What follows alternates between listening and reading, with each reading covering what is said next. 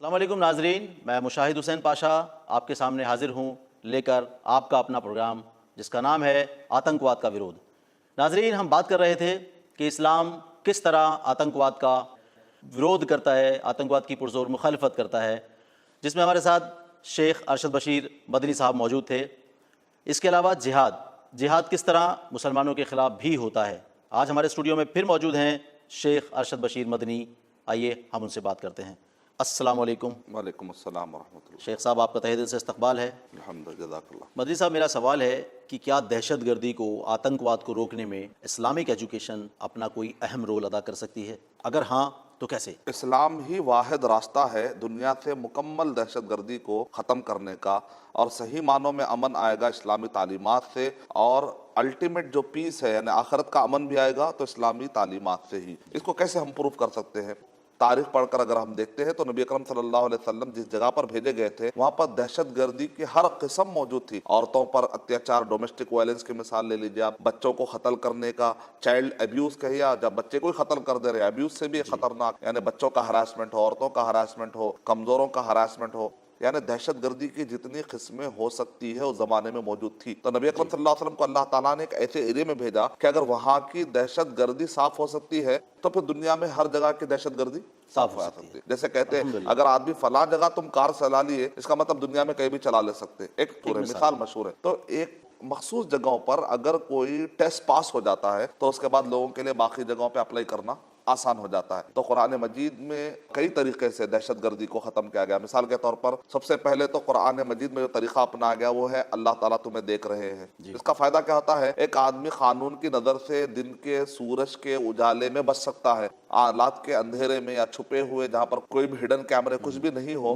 تو ہو سکتا ہے کہ آدمی چھپ کر بہت کچھ کام کرے، لیکن اللہ تعالیٰ تو اندھیرے میں بھی دیکھ لیتے ہیں۔ بے شک اللہ تعالیٰ کو تو کوئی کمی نہیں، کوئی اللہ تعالیٰ عیب سے پاک ہے، اللہ تعالیٰ بے نیاز ہے، اللہ تعالیٰ کو کوئی روشنی کی ضرورت نہیں ہے، اندھیرے میں بھی اللہ سبحانہ وتعالیٰ سب کیا ہو رہا ہے اللہ تعالیٰ کو سب پتہ ہے۔ تو یہ تصور انسان کو ہر قسم کی دہشت گردی سے روک سکتا ہے۔ اسی طریقے سے آخرت کا تصور انسان کو ہر قسم کی دہشت گردی سے روک سکتا ہے۔ قرآن مجید کی ایک آیت ہے سورہ مائدہ نمبر 5 کی آیت نمبر 33-34 میں اللہ تعالیٰ ارشاد فرما رہے ہیں انما جزاء الذین یحاربون اللہ ورسولہ ویسعون فی الارض فسادا ان یقتلوا ویصلبوا وتقطع ایدیہم وارجلہم من خلاف او ینفوا من الارض ذلک لہم خزی فی الدنیا ولہم فی الآخرۃ عذاب عظیم۔ یعنی اللہ تعالیٰ کہہ رہے ہیں کہ اگر زمین میں کوئی فساد برپا کرتا ہے، ہراس کرتا ہے، تو گویا کہ وہ کیا کر رہا ہے؟ گورنمنٹ کو چیلنج کر رہا ہے، سسٹم کو چیلنج کر رہا ہے۔ سسٹم کو چیلنج کر رہا ہے۔ تو ایسے لوگ جو باغی ہو جاتے ہیں، معاشرے کے اندر لوگوں کو ستاتے ہیں، تو ان میں سے جو ایسا کر رہے ہیں ان کو قتل کر دو پبلک کے سامنے لا۔ کیونکہ جیسے ڈاکٹر کیا کرتا ہے، جسم میں بیماری پھیلنے کا ڈر ہوتا ہے تو کیا کرتا ہے؟ وہ کہتا ہے مریض سے کہ تمہاری ایک انگلی کاٹ دیں گے، تمہارا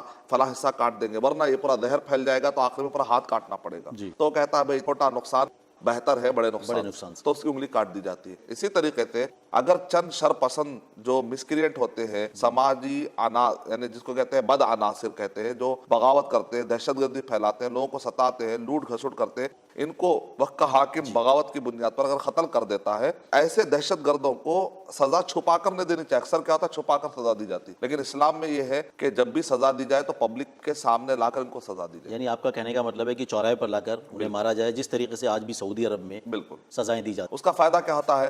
جب آدمی کوئی چیز دیکھتا ہے تو خوف بیٹھ جاتا ہے، کیونکہ جو آدمی مجرمانہ ذہن کا ہوتا ہے اس کو سمجھانے سے، لاتوں کے بھوت باتوں سے نہیں مانتے۔ تو اسلام میں شدت برتی گئی، لیکن لوگ کیا کرتے ہیں؟ یہ کیا ہے؟ قتل کا بدلہ قتل کیوں ہے؟ قتل کا بدلہ پیسے دے کر چھوٹ جانا ہوتا تو بہتر تھا۔ تو ہم کہیں گے خالق مخلوق کے مزاج کو بہتر جانتا ہے۔ الا یعلم من خلق وهو اللطیف الخبیر۔ کیا وہ جس نے پیدا کیا وہ نہیں جانتا کہ مخلوق کو کس چیز کی ضرورت ہے اور کس چیز کی ضرورت نہیں ہے؟ تو اگر پیسوں کا تصور آئے گا تو وہ مارتے وقت پر یہ سوچے گا پیسے دے کر بچ جاؤں گا، لیکن اس کے مارتے وقت پہ یہ تصور رہے گا اگر میں مارا، غلطی سے بھی اگر پکڑا گیا تو میرے ساتھ کیا ہوگا، میں بھی مارا جاؤں گا۔ تو نتیجے میں کیا ہو جائے گا؟ جس کو مارنے جا رہا ہے وہ بھی بچ جائے گا، ایک ذہنیت اس کو پروگرامنگ ہوگی، صحیح پروگرامنگ ہوگی، وہ جس کو مارنے جا رہا ہے وہ بھی بچ گیا اور یہ خود بھی بچ گیا۔ تو قصاص کے سسٹم میں دونوں کی جان بچی کہ نہیں بچی؟ آپ کہنا چاہتے ہیں کہ مارنے والا بھی بچ گیا اور مرنے والا بھی بچ گیا، وہ ظلم سے بچ گیا۔ تو قصاص کے سسٹم سے قتل کرنے والے کو ایسے طریقے سے پروگرام کیا گیا کہ بائی ڈیفالٹ دونوں بھی بچ گئے۔ لوگ سمجھتے ہیں کہ قصاص کو اپلائی کریں گے تو سب کا قتل ہونا شروع ہو جائے گا، ایسی بات نہیں ہے۔ قصاص کا جب سسٹم آئے گا تو شروعات کرنے کے لیے بھی وہ کیڑے جو مر جاتے ہیں، اکا دکا اگر کوئی واقعہ کوئی مجرم اتنا خطرناک ہو کہ آپ کی بات کو روکتے ہوئے میں یہ کہنا چاہوں گا کہ کیا اس سسٹم کو آپ اس سے جوڑ سکتے ہیں جس طریقے سے آج گورنمنٹ بھی جو بڑے کرمنلز ہیں ان کا انکاؤنٹر کر دیتی ہے؟ دیکھیے جو بھی وقت کا حاکم کے خلاف بغاوت کا جب مسئلہ آتا ہے تو دنیا کی کوئی بھی گورنمنٹ کو برداشت نہیں کرتی. تو جب کوئی دہشت گردی کرتا ہے تو گویا کہ وہ کھلم کھلا سسٹم کو چیلنج کر رہا ہے, اور عوام کو عوام کو نقصان پہنچا رہا ہے, معصوموں کو نقصان پہنچا رہا ہے. وہ معصوم مسلمان بھی ہو سکتا ہے, غیر مسلم بھی ہو سکتا ہے, وہ میرے اور آپ کی بہن ہو سکتی ہے, کوئی بھی ہو سکتی ہے. تو اس ماں سے پوچھو جس کا بچہ مر گیا, یا اس یتیم سے پوچھو جس کا باپ مر گیا, تو یہ غم کو ہم کیسے صاف کر سکتے ہیں جب تک کہ ہم سخت قانون نافذ نہ کریں. تو اس وجہ سے دہشت گردوں پر رحم کرنا معصوموں پر ظلم کرنے کے برابر ہے. تو اس وجہ سے سخت قانون قرآن مجید میں ایسے لوگ جو دہشت گردی والا کام کرتے ہیں ان کو قرآن مجید میں محارب کی کیفیت میں کہ گویا کہ وقت کے سسٹم کو چیلنج کر رہے ہیں, ایسے لوگوں کو قتل کرنے کے لیے کہا کہ ان کو کیا کرو, قتل کر دو, یا پھر ان کو کیا کرو, سولی پر لٹکا دو, یا پھر ان کو آڑے باڑے کاٹو, یعنی کہ ایک ہاتھ اور ایک پیر, تاکہ لوگ ان کو دیکھ کر عبرت لے کے بھئی اتنا زیادہ کیسا ہو گیا, اتنی سختی سے سزا, یا ان کو کالے پانی کی سزا جس کو ہم کہتے ہیں, یعنی کہ ایسی دور جا بھیج دو جہاں پر وہ آدمی کے رونگٹے کھڑے ہو جائیں, جس کو سننے کے بعد نتیجے میں کیا ہو جائے گا, معصوموں پر ظلم ختم ہو جائے گا. نبی اکرم صلی اللہ علیہ وسلم نے ارشاد فرمایا جہاں فیصلے کمزور ہو جاتے ہیں, جہاں پر جسٹس انصاف نہیں ملتا, وہاں پر قتل و غارت گیری عام ہو جاتی ہے, بدعنوانیت پھیل جاتی ہے. لوگ کیا کرتے ہیں, غلط راستہ اختیار کرتے ہیں. اسی لیے سسٹم کو بھی اچھا کرنا ہے, معاشرے کو رشوت سے پاک کرنا ہے, معاشرے کے اندر اللہ کا خوف پیدا کرنا ہے, معاشرے کے اندر مرنے کے بعد دوبارہ اٹھ کر حساب و کتاب دینے کا جو شعور ہے, فَمَن يَعْمَلْ مِثْقَالَ ذَرَّةٍ خَيْرًا يَرَهُ وَمَن يَعْمَلْ مِثْقَالَ ذَرَّةٍ شَرًّا يَرَهُ, یعنی کہ ذرہ برابر بھی اگر برائی کرے گا تو قیامت میں دیکھ لے گا. یہ جو قیامت کا تصور ہے, توحید کا تصور ہے, یہ تعلیمات جو اسلام کی ہے. پھر اسلام کا جو کرمنل لا ہے اس کو جو جسٹس قائم کرنے کا, انصاف قائم کرنے کا جو سسٹم ہے, اس کو اگر ہم صحیح طور پہ امپلیمنٹ کر دیں گے تو دیکھیں آپ تاریخ میں نبی صلی اللہ علیہ وسلم کے زمانے میں کیسا امن آ گیا. آرنلڈ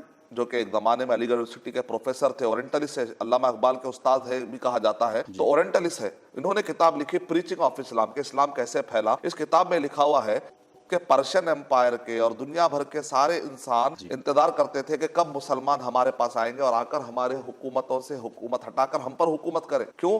اس لیے کہ مسلمان جہاں رہتے ہیں وہاں کے رعایا کو, وہاں کے عوام کو سکون ملتا ہے اور وہ ظلم نہیں کرتے. ایک غیر مسلم ہو کر یہ کہہ رہے ہیں کہ مسلمانوں کی حکومت کو, صحابہ کی حکومت اتنی امن سے تھی کہ دوسرے ملکوں کے لوگ کہتے کاش کہ ہمارے پاس اگر یہ حکمران آ جائے تو بہتر رہتا. اتنا زیادہ وہ کرتے. اسی لیے قریب میں کتاب چھپی ہے, اسلام کا بدیل, اسلام is the only alternative system. یہ کتاب مراد ہوف مین, یہ دراصل کون جرمنی کے ایک ایمبیسڈر تھے جنہوں نے اسلام قبول کیا. لوگ پریشان ہو گئے کہ بھئی اتنا بڑا پڑھا لکھا آدمی اسلام قبول کیوں کر رہا ہے, جبکہ اسلام دہشت گردی والا ریلیجن ہے. یہ آدمی دہشت گردی والے, باربیرک نظام والے, سسٹم والے, انسیولائز کلچر والوں کے پاس کیسے جائے گا آدمی.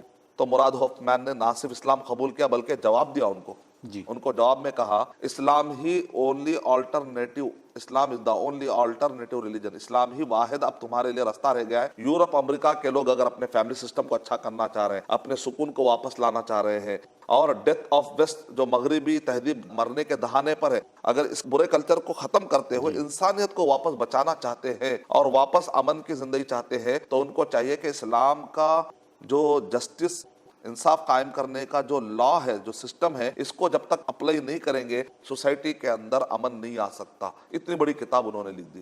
نہ صرف اسلامک ٹیچنگز کو, قرآن کی ٹیچنگز کو عمل زندگی میں لانا بہت ضروری ہے, لانا پڑے گا. ہم دیکھتے ہیں کہ جب لوگوں نے صحیح طور پر ان تعلیمات کو پڑھا, جیسا کہ کیرلا میں کملا داس سوریا نامی ایک خاتون, اتنا بڑا نام تھا, انہوں نے کہا یہ عورت کے اوپر جو پردے کا سسٹم ہے نا, یہ باربیرک لا ہے, عورت کے اوپر ظلم ہے. لیکن بعد میں ایک اچانک وہ ایک دن برقع پہن کر فوٹو لیتی ہیں, حجاب پہن کر فوٹو لیتی ہے اور میڈیا میں پھیلاتی ہے. لوگ کہتے ہیں کہ کل تک 50 سال جس نے حجاب کے خلاف لکھا وہ عورت حجاب پہن رہی ہے. ان سے پوچھا گیا یہ کیا ہے, تو کہا کہ میں لکھتے لکھتے میں نے اتنا ریسرچ کیا, وہ ریسرچ کرتے کرتے مجھے یقین ہو گیا کہ میں غلط ہوں اور حجاب کا سسٹم صحیح.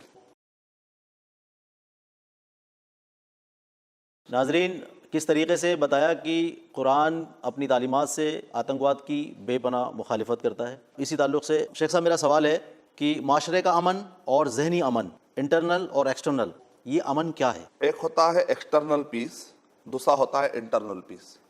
ایک اگر مان لیجئے کہ ایک آدمی ذہنی طور پر سکون میں ہے لیکن سوسائٹی کے اندر سکون نہیں ہے, تب بھی پرابلم. اگر سوسائٹی میں امن ہے لیکن آدمی کے اپنے اندر امن نہیں ہے, تب بھی پرابلم. تو دونوں امن انسان کو چاہیے. نبی اکرم صلی اللہ علیہ وسلم نے ارشاد فرمایا معافن فی جسدہ اور کما قال علیہ الصلوۃ والسلام کہ آمنا فی سربہ، یعنی ایک آدمی اگر اس حالت میں صبح کرتا ہے کہ وہ آدمی جسم میں اچھا ہے اور اپنے گھر میں وہ اچھا ہے، ایک رات کا اس کے پاس کھانا ہے، تو چلو اس دن تو اس کا سکون سے گزرانا. تو اتنا امن کب ہوگا؟ جبکہ سوسائٹی بھی اچھی ہو، آدمی کا ذہنی طور پہ امن بھی اچھا ہو. گھر کے اندر بینک بیلنس خوب ہے لیکن ذہنی طور پہ امن ہی نہ ہو، یا لیکن سوسائٹی کے اندر دنگے فساد ہو رہے ہو، تو یہ پیس اینڈ پراسپیرٹی کے خلاف ہے. اس لیے اللہ تعالیٰ نے قرآن مجید میں ارشاد فرمایا لِإِيلَافِ قُرَيْشٍ إِيلَافِهِمْ رِحْلَةَ الشِّتَاءِ وَالصَّيْفِ فَلْيَعْبُدُوا رَبَّ هَذَا الْبَيْتِ الَّذِي أَطْعَمَهُم مِّن جُوعٍ وَآمَنَهُم مِّن خَوْفٍ. وہ اللہ تعالیٰ جس نے ان کو بھوک سے پناہ دی اور ان کو ہر قسم کے خوف سے پناہ دی. تو بھوک اور خوف ایک دو مثالیں دے کر سمجھا جا رہا ہے کہ یعنی معاشرے کا پیس اینڈ پراسپیرٹی، یعنی آدمی کو آگے بڑھنے کے لیے پیس بھی چاہیے اور بڑھنے کے پورے مواقع چاہیے. اگر معاشرے کے اندر دہشت گردی رہے گی تو پروگرس کہاں سے آئے گا؟ ڈیولپمنٹ کہاں سے آئے گا؟ ایجوکیشن کیسا ملے گا؟ بچے اسکول کو کیسے جائیں گے؟ اگر ہاسپٹل کو کیسے جائیں گے؟ آفس کو کیسے جائیں گے؟ بزنس کیسے کریں گے؟ پرابلم ہی پرابلم رہے گا. تو اس لیے ایکسٹرنل پیس بھی ضروری ہے اور انٹرنل پیس بھی ضروری ہے. اب یہ آتا کیسا ہے؟ سمپل، توحید، رسالت، آخرت. توحید مانے اللہ کا ٹاپک ہوتا ہے اس میں، یعنی اللہ کی ذات میں، اللہ کے ناموں میں، اللہ کی صفتوں میں، اللہ کے کاموں میں، اللہ کے ساتھ کی جانے والی عبادتوں میں کسی کو شریک نہ کر کے ایک اللہ کو سارے حقوق ادا کر دینے کا نام کیا ہے؟ توحید. توحید اس کو کہتے ہیں. رسالت مانے رسول. کئی رسول اور نبی آتے رہے لیکن آخری رسول اور آخری نبی اب کون ہے؟ محمد صلی اللہ علیہ وسلم ہے. تو اللہ السلام ہے، سلامتی دینے والا ہے. تو سلامتی کا سلیبس ہم تک پہنچانے والے کون ہیں؟ محمد صلی اللہ علیہ وسلم ہے. اور اس کے مطابق قیامت کا تصور، اگر میں کسی پر اتیاچار کروں گا، ظلم کروں گا، تو قیامت کے دن اللہ تعالیٰ مجھے چھوڑیں گے نہیں. اگر میں دنیا میں کسی طریقے سے بچ بھی جاؤں تو کیا قیامت میں بچ جاؤں گا؟ نہیں بچوں گا. یہ تصور توحید، رسالت، آخرت ایک انسان کو مینٹلی کیا کرتا ہے؟ کسی بھی قسم کے غلط کام کرنے سے روکتا ہے. نتیجے میں کہ ہر کوئی اگر رکتا چلا جائے گا تو معاشرے میں امن آ جائے گا. ایک پوائنٹ ہے، کیونکہ امن شروع ہوتا ہے آدمی کے اپنے انڈیویجل سے، پھر گھر، پھر خاندان، پھر سوسائٹی، پھر پورا معاشرہ ہے. لیکن ہر انڈیویجل کا ذہن ہی اگر خراب ہو تو وہ دوسرے پہ امن کیا لا سکتا ہے؟ پہلا پوائنٹ. دوسرا پوائنٹ یہ ہے امن ہونے کے لیے عقیدہ صحیح ہونا ضروری ہے. مثال کے طور پہ اگر دو خدا ہوتے سنسار میں تو دونوں بلا ہوتے سنسار میں. ادھر ایک کہتا کہ میری سنو، ادھر ایک کہتا میاں چپ رہو. ادھر ایک کہتا کہ بارش رہے، ادھر ایک کہتا کہ گرمی رہے. نتیجے میں کیا ہوتا؟ آسمان اور زمین. قرآن مجید میں اللہ تعالیٰ نے بڑے پیارے انداز میں سمجھایا. سورہ زمر سورہ نمبر 39 کے آیت نمبر 29 میں ضرب اللہ مثلا رجلا فیہ شرکاء متشاکسون ورجلا سلما لرجل. ایک آدمی وہ ہے جس کے دو آقا ہے، ایک آدمی ہے جس کا ایک آقا ہے. جی بتاؤ تو صحیح کہ دونوں میں سب سے زیادہ سکون میں کون رہے گا؟ جس کا ایک آقا ہے. جس کا ایک آقا ہے. تو اگر کئی خدا تم نے بنا لیے تو اس کو بھی خوش کرنا ہے، اس کو بھی خوش کرنا ہے، اس کو بھی خوش کرنا ہے، اور نہ جانے کس کی نافرمانی ہو جائے، نافرمانی ہو جائے. اور مصیبت کے وقت پر فلاں مصیبت کے لیے کون سا خدا ہے ہو سکتا یاد نہ ہے، ہو سکتا کسی اور کو پکار دے آپ تو دوسرا ناراض ہو جائے. تو اسی لیے یوسف علیہ السلام نے کیا کہا؟ سورہ یوسف نمبر 12 کے آیت نمبر 39 میں ارباب متفرقون، الگ الگ خدا چاہیے تم کو یا ایک پاورفل خدا جس کا پوروں کا پاور ہو؟ ارباب متفرقون خیر ام اللہ الواحد القہار. ایک اللہ کو لے لو جس کا پوروں کا پاور ہے تو تم سکون میں آ جاؤ. الحمدللہ. قرآن مجید میں اللہ تعالیٰ ارشاد فرما رہے سورہ انبیاء نمبر 21 کے آیت نمبر 22 میں لو کان فیہما آلہۃ الا اللہ لفسدتا. اگر دو خدا ہوتے اس کائنات میں تو یہ آسمان اور زمین جو سکون سے نظر آ رہے کبھی کی درہم برہم ہو گئے ہوتے. یعنی فساد صرف زمین میں نہیں، آسمان میں بھی فساد ہوا تھا. تارے ادھر کا ادھر، سورج یہ جو سسٹم سے چل رہا ہے ایک خدا ہونے کی وجہ سے. ایک خدا اور وہ اللہ سبحانہ و تعالیٰ. قرآن مجید میں اللہ تعالیٰ ارشاد فرما رہے ہیں سورہ مومنون نمبر 23 کے آیت نمبر 91 میں مَتَّخَذَ اللَّهُ مِن وَلَدٍ وَمَا كَانَ مَعَهُ مِنْ إِلَٰهٍ إِذًا لَّذَهَبَ كُلُّ إِلَٰهٍ بِمَا خَلَقَ وَلَعَلَ بَعْضُهُمْ عَلَىٰ بَعْضٍ. اللہ تعالیٰ نے کوئی بیٹا نہیں بنایا، اللہ تعالیٰ کے ساتھ کوئی شریک نہیں ہے. اگر کوئی ایسا ہوتا تو پھر وہ دونوں لڑتے تھے اور ایک دوسرے سے کمپٹیشن میں آ کر ایک دوسرے پر حاوی ہونے کی کوشش کرتے. نتیجے میں کیا ہوتا؟ نقصانات ہو جاتے. تو بہرحال یہ آیتیں میں نے جو پیش کی ہے، اگر ایک خدا کو مان لیں گے تو ایک غلام جس کا ایک آقا جتنا سکون میں رہتا ہے، ایک خدا کو ماننے والا بھی کیا ہوتا ہے؟ ایسے ہی سکون میں ہوتا ہے. پہلے ذہنی امن آ گیا. اب معاشرے کا امن کیسے آئے گا؟ جب جسٹس جو لا ہے، اسلام کا جو کرمنلز کو سبق سکھانے کا جو قانون ہے، انصاف کا قائم کرنے کے جو قوانین ہیں، زنا پر حد قائم کی جائے اور اسی طریقے سے چوری پر ہاتھ کاٹنے کا جو حکم دیا گیا ہے، ایسے شدید سزائیں ہیں، اس کے اعلان سے لوگ کانپنے لگتے ہیں. نتیجے میں معاشرے کے اندر کیا ہو جائے گا؟ لوگ یہ سمجھتے ہیں کہ سعودی عرب میں شاید ہر ایک کے ہاتھ کٹے ہوئے ہوں گے کیونکہ وہاں پر ہاتھ کاٹنے کا، آپ بلیو کیجئے وہاں پر ہم کو ہاتھ کٹے ملتے نہیں ہیں، کیونکہ ہاتھ کٹنے کا اعلان کرتے ہی کئی لوگ چوری کرتے نہیں. ایک وقت تو ایسا تھا ملک عبدالعزیز رحمۃ اللہ علیہ کا زمانہ ہوتے ہوتے لوگ کہتے ہیں ہم حج کو گئے قریب کے زمانے میں، تو گزشتہ زمانے میں ایسے بھی حالات آ گئے کہ سونے کی دکانیں، قیمتی دکانوں پر صرف چادر اڑا کر نماز کو چلے جاتے ہیں، واپس آنے تک ہر چیز اپنی جگہ پر۔ سب کو معلوم ہے اگر پکڑے گئے تو ہاتھ کٹ جائے گا۔ یہ اسلامی یہ تعلیم انسان تھی، کی سوچ، یہ سائیکالوجی ہے۔ سائیکولوجی۔ اللہ تعالیٰ مخلوق کے بارے میں زیادہ بہتر جانتے ہیں، اسی لیے گاڑی کا انوینٹر جو ہوتا ہے نا وہ زیادہ بہتر جانتا ہے گاڑی کے میکینک۔ میکینکس، ہم جو جسم کے میکینک ہیں، اصل اس کا انوینٹر کون ہے؟ اللہ تعالیٰ۔ اللہ تعالیٰ، اپنے لیے اپنے قوانین بنانے کے بجائے ہمارا پیدا کرنے والا اگر ہمارے قانون دے تو بہتر ہے، بے شک، کیونکہ میں نے اپنے آپ کو پیدا نہیں کیا، تو جیسا اوپر والے نے مجھے پیدا کیا تو مجھے کانفیڈنس ہے کہ میں اچھا ہوں، بے شک، تو اوپر والا میرے لیے جو قانون دے گا نا اس پہ بھی کانفیڈنس ہونا چاہیے۔ بے شک، اور اگر جو زمین ہے، یہ زمین پر کیا چیز سوٹیبل ہے اور کیا چیز سوٹیبل نہیں ہے وہ زیادہ بہتر جانے گا۔ جو قانون اوپر والے نے اتارا ہے وہ قانون زیادہ بہتر رہے گا، یا ہم اپنی طرف سے کچھ بنا لیں۔ میکینک اگر مشورہ دینا شروع کر دے کہ بھائی پیٹرول نہیں، پانی بھی ڈال لو چل جائے گا، تو کیا میکینک کی بات مان لیتے ہیں؟ آپ کہیں گے نہیں بھائی بایولاس میں تو لکھا ہوا ہے، تو ایسی بات ہے، انوینٹر نے کہہ دیا، گاڑی کے شو روم کی طرف سے جو انوینٹ کرنے والے سائنسدانوں نے کہہ دیا کہ اس میں پیٹرول ڈالو، اس میں گرم پانی مت ڈالو، میں تمہاری بات کیوں سنوں؟ تو میکینک تو کچھ بھی کہے گا۔ بالکل، تو ہم کو چاہیے کہ صحیح اتھارٹی کون ہے معلوم کرے، انسان کے اوپر جو اصل کریٹر ہے اس کو معلوم کرنے کی کوشش کرے، سارے مسئلے حل ہو جائیں گے۔ الحمدللہ۔ ناظرین، کس طریقے سے شیخ صاحب نے یہ بات سمجھائی کہ امن، ذہنی امن اور معاشرے کا امن کس طریقے سے ہمارے دلوں میں آئے گا، وہ تعلیم سے آئے گا، وہ قرآن کی تعلیم سے آئے گا، سیرت النبی سے آئے گا۔ شیخ صاحب، اسی کے تعلق سے میرا ایک اگلا سوال ہے کہ اسلام میں نوجوانوں کو اپنے شوق کے لیے کیا جانوروں کو، پرندوں کو مارنے کی اجازت ہے؟ ہاں، بہت اچھا آپ نے سوال۔ لوگ کیا کرتے ہیں، بلی کو رسی سے باندھ دیتے ہیں اور سب لوگ اس کے اوپر شوٹ کرنا شروع کر دیتے ہیں، خالی نشانہ لگانے کے لیے۔ آپ کو ایک جانور ملا جو آپ بغیر کسی مقصد کے مار رہے ہیں۔ نبی اکرم صلی اللہ علیہ وسلم نے کہا ایک عورت تھی، وہ بلی کو پالنے کا بڑا شوق تھا، یا بلی کو پہلے اس نے رکھ لیا، لیکن نہ کھانا دیتی تھی نہ کچھ، یہاں تک کہ وہ بلی زمین کی گھاس پھوس کھاتے کھاتے آخر میں مر گئی۔ تو نبی اکرم صلی اللہ علیہ وسلم نے ارشاد فرمایا اس بلی کے اس بدتمیزی اور غلط سلوک کی وجہ سے یہ عورت جہنم میں چلے گی۔ یعنی اسلام میں اینیمل رائٹ تک ہے، اسلام میں اینیمل رائٹس تک ہے۔ نبی اکرم صلی اللہ علیہ وسلم نے ارشاد فرمایا کہ تم مسبورہ، مسبورہ یعنی کہ کسی جانور کو یا پرندے کو یا کبوتر کو باندھ کر اپنے نشانے کا ذریعہ مت بناؤ۔ ہاں، اگر آپ کھانے کے لیے آپ کوئی چیز جو آپ کے لیے جائز ہے، اسلام میں جو حلال ہے، جو پرندے یا وہ جانور جو حلال ہے، اگر وہ بھاگ جاتے ہیں آپ کے کنٹرول سے، آؤٹ آف کنٹرول ہو کر بھاگتے ہیں، پھر آپ نشانہ بنا کے پھر اس کے بعد جا کر اس کو کھانے کی کوشش کرتے ہیں، یا مقصد ہے کھانے کا، یہ الگ بات ہے۔ کھانے کا مقصد ہے، کھانے کا مقصد نہیں ہے صرف شوق پورا کرنا ہے، مار رہے ہیں تو آپ کسی دیوار پہ ماریے کہ ٹارگٹ پورا کریے۔ کئی لوگ جیسے پرندوں کو مارتے ہیں، چڑیوں کو مارتے ہیں، اور بے وجہ مارتے ہیں، وہ ان کو کھاتے بھی نہیں ہیں۔ وہ شوق مار اس کے دیے لیے اور کیا خوش سزائیں ہو ہیں؟ چلا جاتا ہے آج میں نے کبوتر کو مار دیا، وہ کبوتر کہاں جا کر گرا کس کو اس کا خیال نہیں رہتا ہے۔ تو اس میں یہ جانوروں کے ساتھ اتیاچار ہے، اسلام اس کو پسند نہیں کرتا۔ تو نبی اکرم صلی اللہ علیہ وسلم نے ارشاد فرمایا ایک شراب پینے والا ایک آدمی ایک مرتبہ کتے پر رحم کھاتے ہوئے اس نے پانی پلا دیا، اللہ کو ادا اتنی پسند آئی کہ اللہ تعالیٰ نے کہا اس کو جنت میں ڈال دو۔ الحمدللہ۔ یعنی مطلب یہ ہے کہ اللہ تعالیٰ انسان پر، جانوروں پر رحم کرنا سکھاتے، ارحموا من فی الارض یرحمکم من فی السماء، تم زمین والوں پر رحم کرو، اللہ تعالیٰ تم پر رحم کریں گے۔ کرو تم مہربانی اہل زمین پر، اللہ مہربان ہوگا عرش بری پر۔ یہ پہلا سبق ہے کتاب خدا کا کہ ہے ساری مخلوق کنبہ خدا کا، کرو تم مہربانی اہل زمین پر، خدا مہربان ہوگا عرش بری پر۔ بہت اچھے، بہت اچھے شیخ صاحب، اتنے اچھے طریقے سے آپ نے سمجھایا۔ ناظرین، آپ نے دیکھا کہ کس طریقے سے شیخ صاحب نے ہمیں یہ بتایا کہ قرآن شریف میں اینیمل رائٹس کا کتنا خیال رکھا گیا ہے۔ جانوروں کو اپنے شوق کے لیے کبھی نہیں مارنا چاہیے۔ اپنی بات یہیں ختم کرتے ہوئے میں آپ سے اجازت چاہتا ہوں، اگلے ایپیسوڈ میں پھر آپ سے ملاقات ہوگی۔ السلام علیکم۔ السلام علیکم ورحمۃ اللہ وبرکاتہ۔